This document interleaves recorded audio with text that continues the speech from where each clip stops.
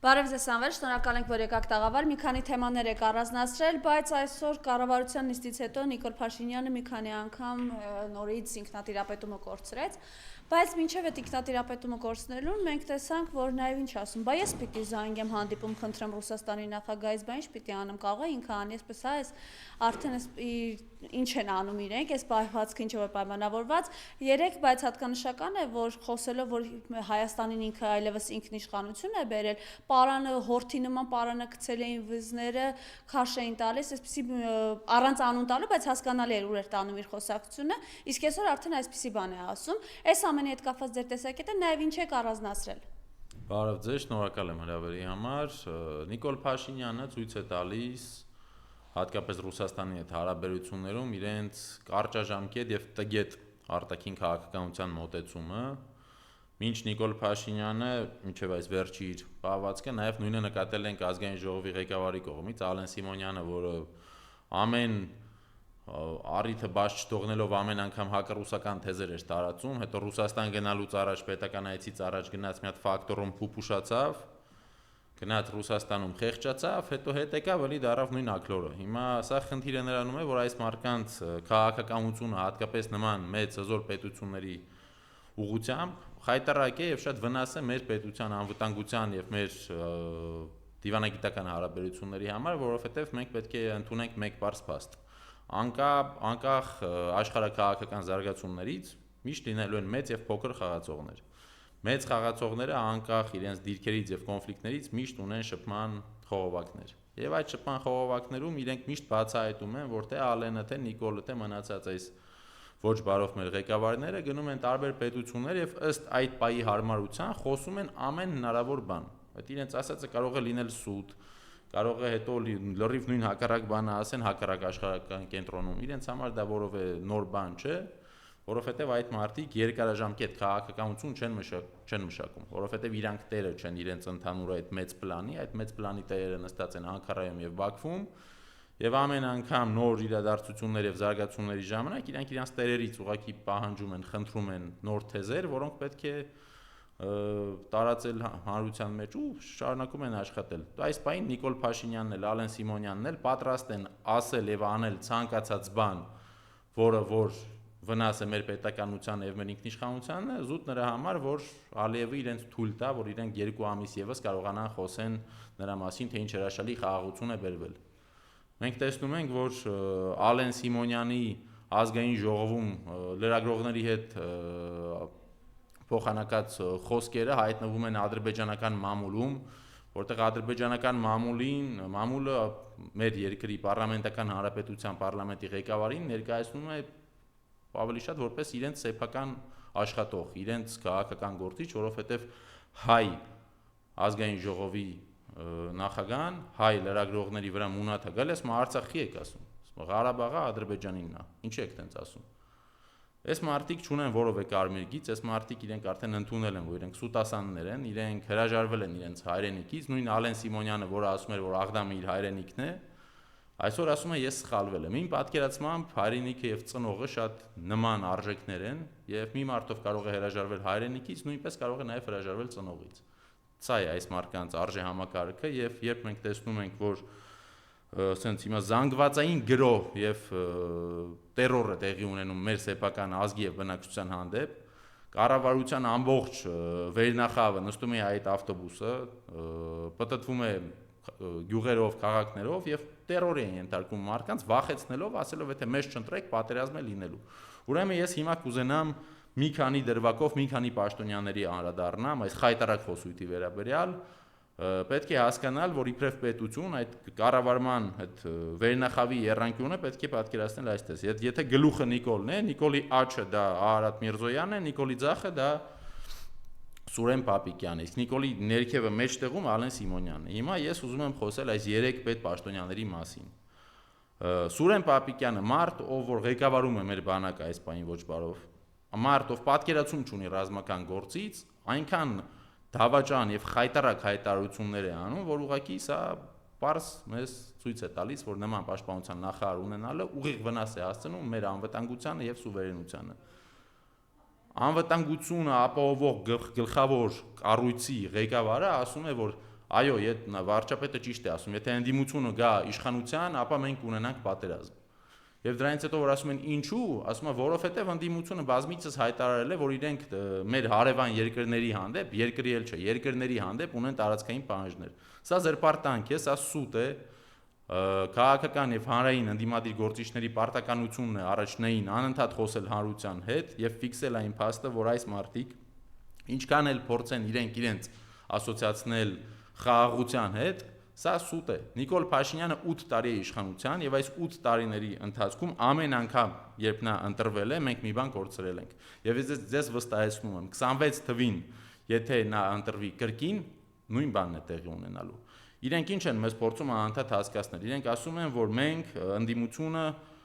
Արցախի հանդեպ պահանջներ ունի։ Ես պարզ ասում եմ, իբրև ընդդիմության ներկայացուցիչ առնվազն իմ համեստ սուբյեկտիվ կարծիքը, որով է adekvat ազնիվ քաղաքական ընդդիմադիր ազգայնական գործիչ չի կարող այսօր խոսել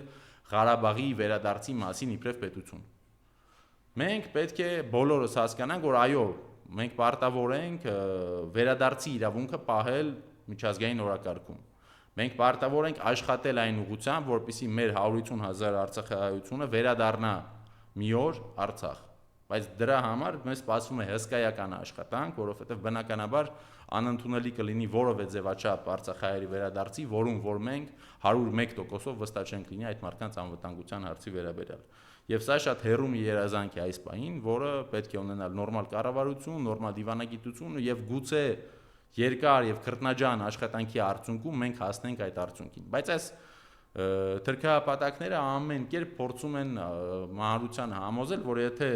կան նախկինները, լինելու է պատերազմ։ Այս թեզի մեջի առաջի սուտը այն է, որ իրենք նախկիններին բոլորը սարքում են մեկ։ Մենք մինչև Նիկոլ Փաշինյանը ունեցել ենք 3 ղեկավար, ամեն ղեկավար ունեցել է իր ուժեղ եւ թույլ կողմերը եւ իմ սուբյեկտիվ կարծիքով բավականին ակնհայտ է, որ Ռոբերտ Քոչարյանը եղել է հենց այն ղեկավարը,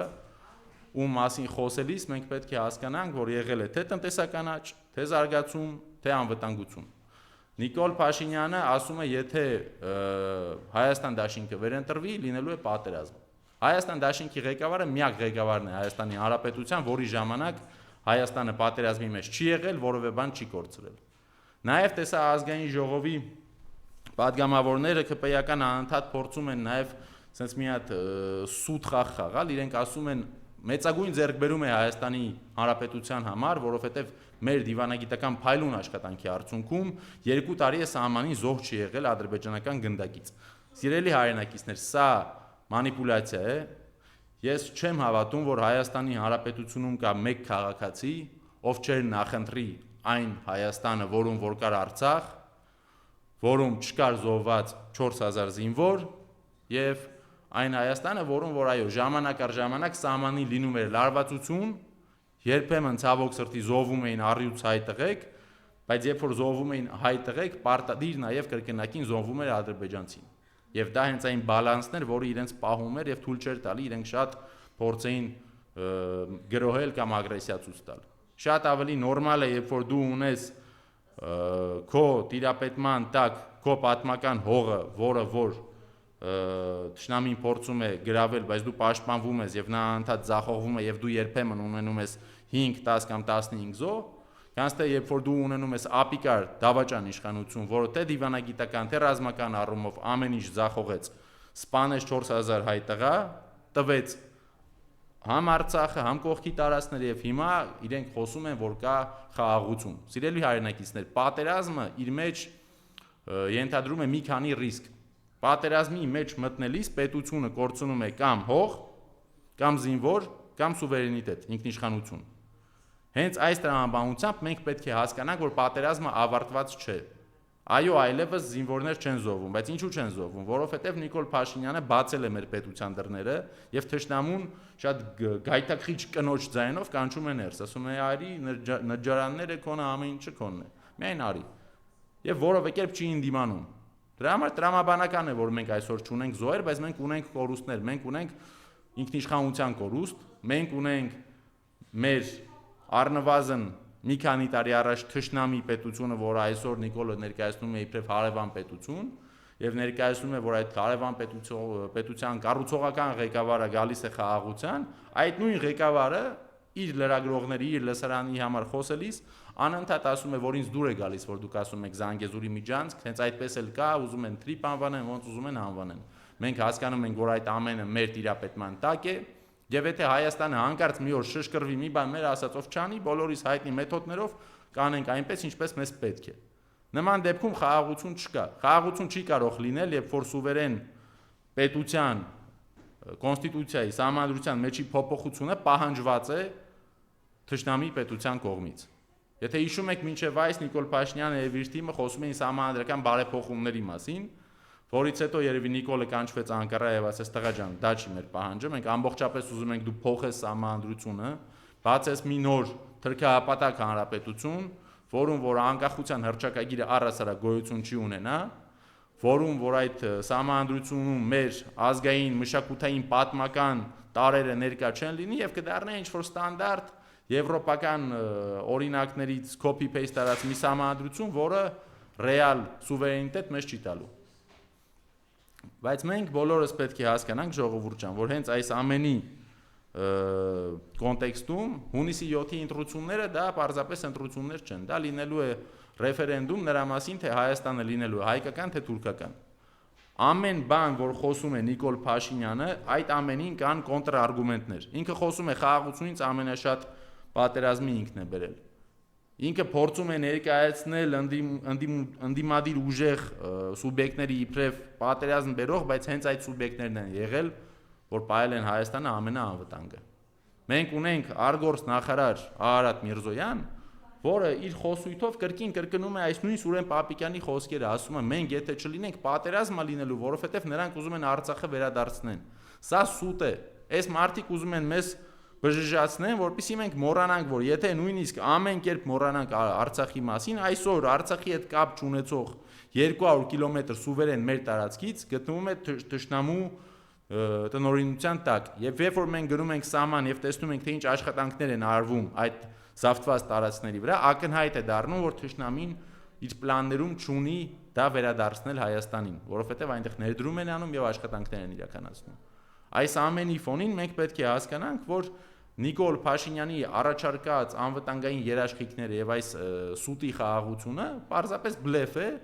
եւ ինքը պայմանավորվածություն ունի իր թուրքական տերերի հետ, որպեսզի նրանք շատ ագրեսիա չանեն սահմանին մինչեւ հունիսի 8-ը, որպեսզի նա վերարտադրվի եւ դրանից հետո խաղաղ պայմաններում ամեն ինչը նվեր կտա Թուրքին։ Մենք պետք է հասկանանք, որ Նիկոլ Փաշինյանը եթե վերընտրվեց, մենք ունենալու ենք 300,000 ադրբեջանցիների վերադարձի հարց։ Ես ձեզ վստահեցնում եմ, եթե 300,000 ադրբեջանցի վերադառնա գա Հայաստան, իբրև թե վերադարձել են իրենց հին տները, դրանից հետո Հայաստանը կործանված է լինելու։ Եթե չեմ սխալվում, 90-ականներին կար թուրքական մի նախագահ, Թորգուտ Օզալ, եթե չեմ սխալվում, անունը սխալ չեմ արտաբերում, այդ մարդը մի շատ խելացի բան էր ասել էր, որ ադրբեջանցիները սխալ արեցին, որ պատերազմը սկսեցին Արցախյան առաջին, որովհետև մինչև պատերազմը Հայաստանի տարածքում ապրում էին թուրքեր որոշ շրջաններում եւ եթե խաղաղ պայմաններում թուրքերը մնային մեր քաղաքներում ինչ որ 50-100 տարի հետո զուտ արդեն դեմոգրաֆիկ տարբերության պատճառով իրենք խաղաղ կերպով կգրավեին մեր պետությունը։ Հիմա եթե մենք թույլ տանք, որ այս 300,000 ադրբեջանցին գան Հայաստան, ունենալու ենք նույն Նախիջևանի վիճակը, որը որ ի սկզբանե այնտեղ 50-ից ավել տոկոս հայ բնակչություն էր, բայց այդ ադրբեջանցիք եկան, մտան ու ժամանակից ինչ որ ժամանակ անց այնտեղ արդեն չկա ոչ մի հայ եւ կա արդեն ադրբեջանական ստույգ պետություն։ Մենք պետք է հասկանանք, որ չի կարող նման կրիզիսային վիճակում գտնվող պետությունը ունենալ Նիկոլ Փաշինյանի պես անգրագետ եւ հայկականությունը չսիրող վարչապետ։ Մենք պետք է հասկանանք, որ Արարատ Միրզոյանը նման կրիզիսային վիճակում չի կարող լինել դիվանագետ, որովհետև թե ռուսական, թե թուրքական, թե ամերիկյան այդ հզոր փորձ ունեցող դիվանագետների դիմաց, երբ որ նստացնում ես մի նախարարի, որը իր էությամբ դիվանագետ չէ, իր կրթությամբ նորմալ դիվանագետ չէ, եւ դու իրեն նստեցնում ես այնտեղ, Հաշվի առնելով, որ նա համ բնական հանգամանքներով է նրանցից թույլ, այսինքն ներկայացնում է ավելի փոքր եւ թույլ պետություն, բայց դրանից զատ նաեւ սեփական հմտություններով եւ շնորհքով եւ գիտելիքով չի կարող այդ մարդկանց հետ մրցել, դու հասկանում ես, որ նման արգորսնախար ունենալը դա սուիցիդ է քո արտաքին քաղաքականության համար։ Նույնը վերաբերվում է Սուրեն Պապիկյանին, մարդ, ով ռազմական գործի հետ կապ չունի, ով նույնիսկ նորմալ բանակում չի ծառայել, այսօր գալիս է ազգային ժողովի ամբիոնից բաներ է խոսում, թե բա մենք այնքան զենք ենք առել, որ այս 20 տարվա մեջ ոչ ոք չի առել։ Այդ զենքի խերը ով է տեսել։ Այդ գումարները դուք ծախսել եք երբ։ Այդ գումարով քանի ադրբեջանցի է վնասվել ու քանի հայ է պաշտպանվել։ Եթե դուք չլինեիք, հնարավոր չէր Արցախի կորուստը լիներ այս ձևաչափով։ Ես չեմ ասում մենք պարտադիր կհաղթեինք պատերազմում, բայց ես վստահ եմ, այս արյունալի կորուստներով լի, ցավալի, այս ամենախայտարակ ռեզուլտատը մենք ունենք բացառապես սա ձեր ղեկավարման պատճառով է։ Եվ հիմա այն ինչ որ տեղի է ունենում տարածաշրջանում, այն ինչ որ մենք տեսնում ենք այսօր Իրան, Իսրայել, Ամերիկա կոնֆլիկտի շրջանակներում, սա ել ավելի մեծ հնարավորություն է մեր հանրության համար հասկանալ, որ ամերիկյան անվտանգային երաշխավորվածությունը այս ռեգիոնում որևէ էֆեկտ չունի։ Պետք է հասկանալ, որ Իսրայելը Ամերիկայի համար դա կարևորագույն դաշնակից է։ Իսրայելը ունի Ամերիկայում AIPAC։ AIPAC-ը շատ տարբեր հեղինակավոր ամերիկյան լրատվականներ շատ պարզ պնդում են, որ ասում են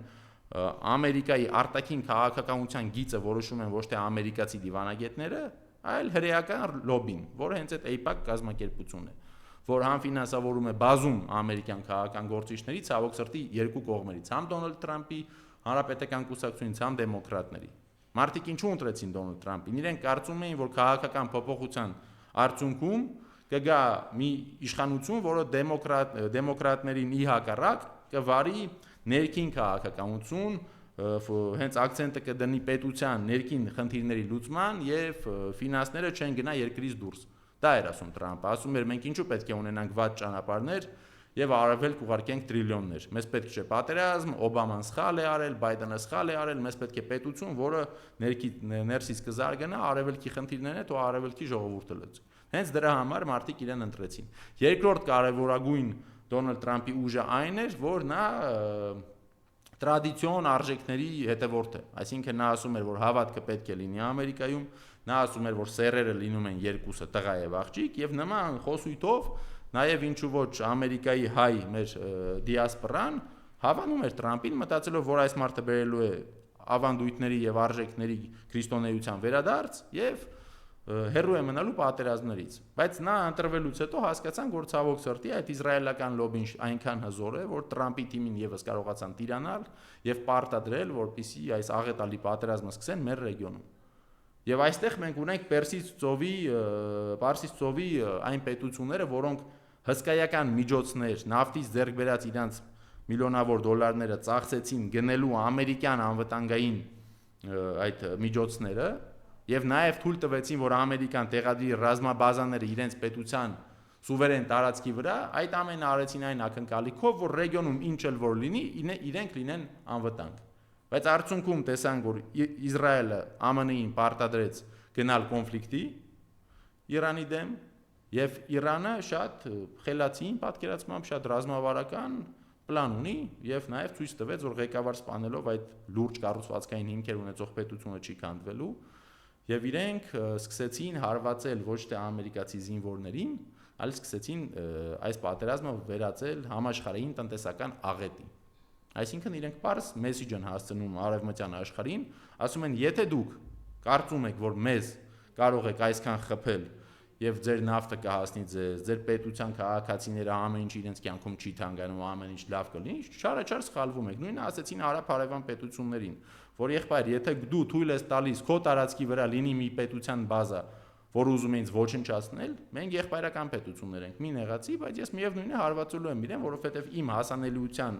մոտակայքում ամերիկյան հողը քո հողի վրա է, դրա համար ես քեզ հարվածելու եմ։ Եվ հիմա շատ հետաքրքիր բան տեղի ունեցավ, Պեդրո Սանչեսը, Իսպանիայի վարչապետը, ով որ դեմ խոսեց Իրանի դեմ պատերազմի եւ գործողությունների ագրեսիայի վերաբերյալ, հիմա Հորմուզի նեղուցում Իրանի կառավարությունը թույլ է տալիս իսպանական նավերի ելումուտը, ինչպես ռուսներին են թույլ տալիս, ինչպես չինացին։ Այսինքն ակնհայտ աշխարհը բաժանվում է խաղաղության եւ պատերազմի թևերի եւ այն արևմտյան այդ հավաքական արևմուտքը, որը որ միշտ խոսում է ժողովրդավարության եւ խոսքի ազատության արժեքների բարձրացման կարեւորության մասին, հերթական անգամ Իսրայելի ներգրավելով ցույց են տալիս, որ այդ ժողովրդավարություն եւ սիրուն խոսքերի տակ իրականում մենք ունենք աշխարհակաղակական շահեր, նավթ եւ երկարամյա արևմտյան պլան,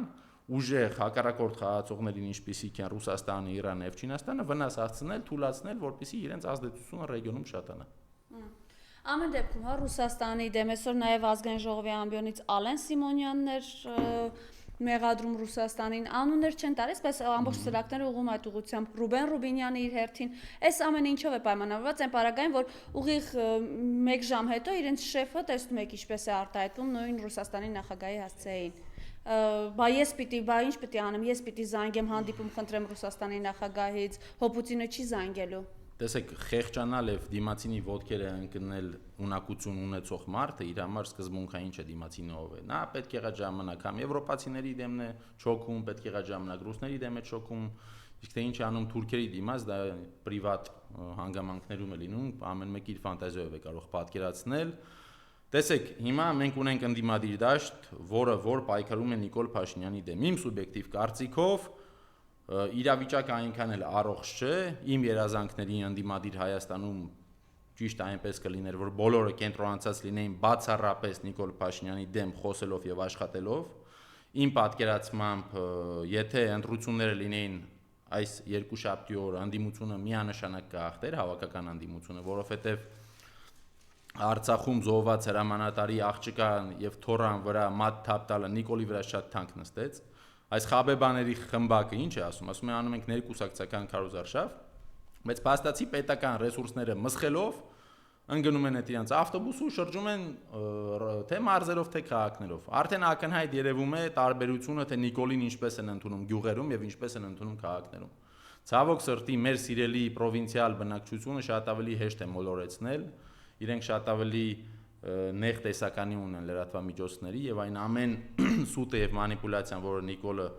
մատուցում է իրանց, ունենում է իր դրական արդյունքը Նիկոլի համար, բայց քաղաքներում իրավիճակը շատ այլ է եւ ես հենց այս Արցախից տեղահանված աղջկա եւ որդու պատմության օրինակի վրա կոչ եւ խնդրանք ունեմ մեր քաղաքացիներին, ընդդիմադիր գիտակից մեր հայ ընկերներին, եղբայրներին եւ քույրերին, ժողովուրդ ջան,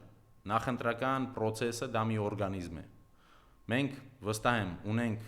այս 2 ամսվա մեջ ունենալու ենք օրեր, երբ որ Նիկոլի վիճակը լավ է լինելու եւ օրեր, երբ որ Նիկոլի վիճակը վատ է լինելու։ Մեր բոլորի պարտականությունն է ամեն ինչ անել, որպեսզի վատ օրերը լինեն ավելի շատ, քան թե լավ օրերը Նիկոլի համար։ Մեկ տհաճ միջադեպ, մեկ հպարտ, իսկապես հպարտ քաղաքացի, ով որ Նիկոլի դեմքին ասեց այն ամեն ինչ որ մտածում է, նայեք ինչ լարվածության բերեց հանրային դաշտում։ Հանրությունը պարտադրեց Նիկոլին, որ չոքեջոք գա, ներողություն խնդրի այդ աղջկանից, բայց միևնույն է իր նենգությունը երևում է այն առումով, որ տեսնում եք իր քաղաքական միավորին պատկանող լրատվականներ ինչ կեղտոտ բաներ են գրում այդ աղջկա մասին։ Մենք բոլորս, բոլոր ընդդիմադիր մարդիկ, հատկապես այս կարևոր շրջանում, երբ որ տեսնում եք մի ԿՊ-ական, հատկապես Նիկոլի պես բարձր ինչ որ նախարար կամ մեկը, գնացեք եւ խոսեք այդ մարդկանց հետ։ Տվեք ձեր ազնիվ եւ արդար հարցերը։ Միշտ մնացեք քաղաքակրթության սահմաններում, բայց ձեր սուր հարցադրումներով սադրեք իրենց, որ ցույց տան իրենց իրական պատկերը։ Նիկոլ Փաշինյանը այդ օրը մետրոյում չդիմացավ եւ իր իրական ատելությունը արցախցիների հանդեպ ցույց տվեց, իր անդաստիրակությունը ցույց տվեց, իր տղամարդկային որակների պակասնել ցույց տվեց, որ երեխայի ներկայությամբ մոր վրա մատ է թափ տալիս։ Մենք ամեն կերպ օրենքի սահմաններում պետք է սադրենք այս թրքահապատակներին, որ իրենց իրական պատկերը ցույց տան, որի արդյունքում շատ քաղաքացիներով, որ ցավոք սրտի այսօր զզված են ամեն ինչից, չունեն վստահություն եւ չեն ուզում գնան ընտրության, հենց Նիկոլի հանդեպ այդ նողկանքի զգացումը այնքան բարձր լինի, որ մարդիկ վեր կենան, ամսի 7-ին գնան եւ տան իրենց ձայնը ընդդիմադիր անցնող մի ուժի, իմանալով, որ դրանով իսկ ճանապարհում են Նիկոլին։ Ես իմ ընտրությունը կայացրել եմ։ Ընդդիմությունը ունի տարբեր բլոկեր, ես հույս ունեմ, որ բոլոր այդ բլոկերը շեմը կանցնեն, որ բոլորը կաշխատեն, որովհետև իմ պատկերացմամբ այսօր չկա մեկ ընդդիմադիր քաղաքական ուժ, որ կարող է վռնդել Նիկոլին, դրա համար մենք պետք է բոլորս միասնական աշխատենք, պետք է թույլ չտանք, որ իրար վրա ցեղ շպրտվի եւ ամեն մեկը իր կողքի ընկերոջը, գործընկերոջը եթե տեսնում է շեղվում է այդ օրակարգից, պետք է կարգի իրավիրի։ Եթե կարգի չի իրավիրում, որ եւ տենում ես կազմակերպված դա շարունակական է, ուրեմն տվյալ անձանց հակառակորդը Նիկոլը չէ, այլ ընդդիմության մեջ ինտրիգաներ մտցնելն է։ Հայտնի է, որ դուք հիմա Հայաստան Դաշնքի հետ եք Ռոբերտ Քոչարյանի գլխավորությամբ, խնդրեմ ձեր անելիքների մասով ինչ կարող եք մեզ ներկայացնել։ Այո, ես 2022 թվականից Հայաստան խմբակցությունում եմ աշխատում առ այսօր։ Ես կարող եմ ասել իմ մոտեցումը, տեսեք, անընդհատ Հայաստանում մարդկանց փորձում են մեղադրել այս կամ այն թիմին պատկանել, հետո այդ թիմը փոխել։ Իմ թիմը, որ ես համարում եմ իմ մարդիկ, դա իմ ընտանիքն են, իմ ընկերներն են։ Քաղաքական ֆորմատում ես ընտրում եմ մարդկանց ըստ իրենց գաղափարների եւ մոտեցումների։ Հիմա ես կարող եմ ասել, ես ինչ եմ ուզում, դրա համար ընտրում եմ այս առաջնորդին։ Ես ուզում եմ, որ մյուս Հայաստանի կառավարությունը, որ լինի իշխանություն, չների Նիկոլ Փաշինյանին։ Խոսքը չի գնում այդտեղ վարչության պետեր, բաժնի պետեր ոչ, բայց ես ուզում եմ այնպիսի ղեկավար եւ ես իմ ձայնը տալու եմ, աշխատելու եմ այն ղեկավարի համար, ով վստահաբար պնդում է, որ իշխանություն ունենալու դեպքում Նիկոլ Փաշինյան, Ալեն Սիմոնյան, Արարատ Միրզոյան, Սուրեն Պապիկյան, Վագեն Ալեքսանյան եւ նման երևի մի 20 անուն, որ այդ մարդիկ պետք է փտեն բանտում, որովհետեւ այդ մարդիկ իմ հայրենիքը վաճառելու գործընթացի մեջ եղել են կարևորագույն դերակատարներ։ Ես չեմ ուզում քաղաքական ռետորաբանություն, որ Հայաստանը փրկելու է ինչ-որ տնտեսական զարգացումները, ոչ, ես այդպես չեմ կարծում։ Տնտեսությունը միանշանակ կարևորագույն գործոն է, բայց ինձ համար իբրև հայ մարդով ապրում է Հայաստանում, կարևորագույն հարց է անվտանգությունը։ Եվ ես ուզում եմ ղեկավար, ով ունի փորձ անվտանգ պահպանել իմ երկրի սահմանները, ես ուզում եմ ղեկավար, ով ունի փորձ Սփյուռքի հետ պահպանել այնպիսի հարաբերություններ, որ մեր հայ ազգի ցանցային լինելը իօգուտ գործի մեր հանրապետությանը եւ նաեւ Սփյուռքի մեր հայությունը, նրանք ովքեր ուզում են շարունակել ապրել Սփյուռքում, կարողանան հպարտ լինել, որ հայ են, իսկ նրանք ովքեր ուզում են վերադառնալ հայրենիք, իմանան, որ այս պետության մեջ բոլոր նախապայմանները ստեղծված են, որպեսզի իրենք գան արժանապատիվ եւ անվտանգ ապրեն Հայաստանի Հանրապետությունում։ Ի վերջո, եթե մենք հեռանանք քաղաքական այս պոեզիաներից եւ խոսենք թվերով, կրկին եմ ասում, մենք ունենք մեկ ղեկավար, ում ժամանակ թոշակները իրապես բարձրացել են էականորեն, մինչև 6 անգամ։ Մենք ունենք մեկ ղեկավար, ում ժամանակ ամենակիչն է մարդ զոհվել սահմանին։ Ունենք մեկ ղեկավար, ում ժամանակ չի եղել պատերազմ, եւ ինչքան էլ կրկին փորձում են տարբեր ցավոք սրտի ոչ միայն իշխանական ուժերը մոլորեցնել եւ ասոցացնել Ռոբերտ Քոչարյանին, որ նա Ռուսաստանի հետ է, այո, Ռոբերտ Քոչարյանը ունեցել է շատ գրագետ, առողջ եւ շատ ուժեղ ռազմավարական հարաբերություններ Ռուսաստանի հետ, բայց խնդրում եմ, թող լինի մեկը, որ կարող է ինձ արգումենտներով, ուղղակի խոսելով չէ, փաստերով, թվերով, անուններով, ասի մի ժամանակաշրջան, երբ որ այսպես կոչված պրոռուսական Հայաստանը, որ ամբողջապես Ռուսաստանի հետ էր, ուներ այդքան մեծ հարգանք եւ դիրք Ֆրանսիայի հետ հանդիպումների ժամանակ, Ամերիկայի հետ հանդիպումների ժամանակ, Նիկոլի պես չէ։ Նիկոլը, որ մի հատ Վենսի գալը, այո։ Այո։ Նիկոլ Փաշինյանը մեր վրա փորձում էր վաճառել այդպես թանկ Վենսի Հայաստան գալը, երբ որ Հայաստանի Հանրապետության երկրորդ նախագահան գնում էր Ամերիկա, գնալու համար ինքը մեր սուվերենությունից կամ մեր հողից կամ մեր ազգային շահերից մի բանը չէր տալիս։ Նիկոլը Վենսին Հայաստան բերելու համար այդ գոյություն չունեցող թրիպը խոստվեց, համաձայնվեց, Վենսը եկավ մի պահ որոշեց մարդկային բանանի, ցեղասպանության հուշահամալիրի մոտ X արտակի վրա գրառում արեց, 20 րոպե հետո ջնջեց։ Ակնհայտ է, որ կա Ամերիկայի կարևորագույն դաշնակից այս ռեգիոնում եւ դա Իսրայելն է։ Իսրայելի կարևորագույն դաշնակիցը եւ միակ իրական դաշնակիցը մեր Կովկասում դա Ադրբեջանն է։ Այս տրամաբանական շղթան մեզ պետք է հասկացնի, որ Ամերիկային երբեք այնքան հետաքրքիր չի լինելու հայկական շահերը, որ դեմ գնա Իսրայելին, որ Իսրայելն է իր հերթին դեմ գնա Ադրբեջանին։ Մեզ պետք են այնպիսի գործընկերներ, ովքեր իրապես ուզում են ինքնիշխան Հայաստան այս տարածաշրջանում ոչ թե որովհետև հայերը կյանք են, այլ որովհետև հայերը իրենց պետք են, որովհետև իրենք հասկանում են, որ եթե ստեղ Հայաստանի Հանրապետության սուվերեն հանրապետության տեղը լինի ինչ-որ թուրքական մի վիլայետ, նաև թե իրենց շահերն են տուժելու։ Եվ իմ պատկերացմամբ այդ պետությունները Իրանն են եւ Ռուսաստանը։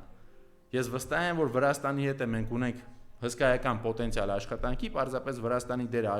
աշխարհակահաղական եւ հատկապես անվտանգային գործընթացներում այդքան մեծ չէ, դրա համար առաջնային կարևորությունը ես տալիս եմ Իրանին եւ Ռուսաստանին, եւ այսօր Իրանը ցույց է տալիս, որ դու կարող ես լինել ֆինանսապես ավելի թույլ, կարող ես շատ հարցերով լինել ավելի թույլ, բայց եթե դու ունես ազգային ղեկավարություն, կառուցվածքային հիմքեր եւ իրական պլան եւ ցանկություն եւ հավատ, որ դու պետք է չպարտվես առնվազն, պետք է պայքարես, տեսնում ես, որ այն բոլոր լեգենդները, որ ասվում են իսրայելական զենքերի մասին, ամերիկյան բանակի մասին, տեսնում ես, որ Իրանը միայն այսօր կարողանում է դիմադրել, հսկայական վնասներ հասցնել, եւ ես վստահ եմ մյուս անգամ Իրանի վրա հարձակվելիս ավելի խորն են մտածելու եւ վերլուծելու, արժի դա անել թե չէ։ Իսկ այս իրավիճակով ինձ համար բավական ակնհայտ է, որ ես ուզում եմ ունենալ մի պետություն, որում մենք ունենանք ուժեղ ղեկավարություն, որը կունենա կանխատեսելի եւ հասկանալի ռազմատնտեսական հարաբերություններ իր իրական գործընկերների հետ, եւ ես այո պահանջում եւ ակնկալում եմ այն քաղաքական միավորից, որ ես աշխատում եմ եւ որին որ ես իմ ձայնն եմ տալու, որ այդ միավորի իշխանությունը ստանձնելիս պետք է վերացնի բոլոր այս քաղաքական հետապնդումները արժանապատիվ հայերից, ովքեր դառան քաղաքալացյալներ Նիկոլ Փաշինյանի ժամանակաշրջանում, պետք է կոմպենսացիա տրամադրի բոլոր այն հայ ընտանիքներին, ովքեր ազգային գաղափարի համար պայքարելու արդյունքում հայտնվել են բանտում, եւ այո, կրկին եմ ասում, այդ ուժային կառույցների եւ կառավարության եւ պարլամենտի ղեկավարները, ովքեր որ վստահ եմ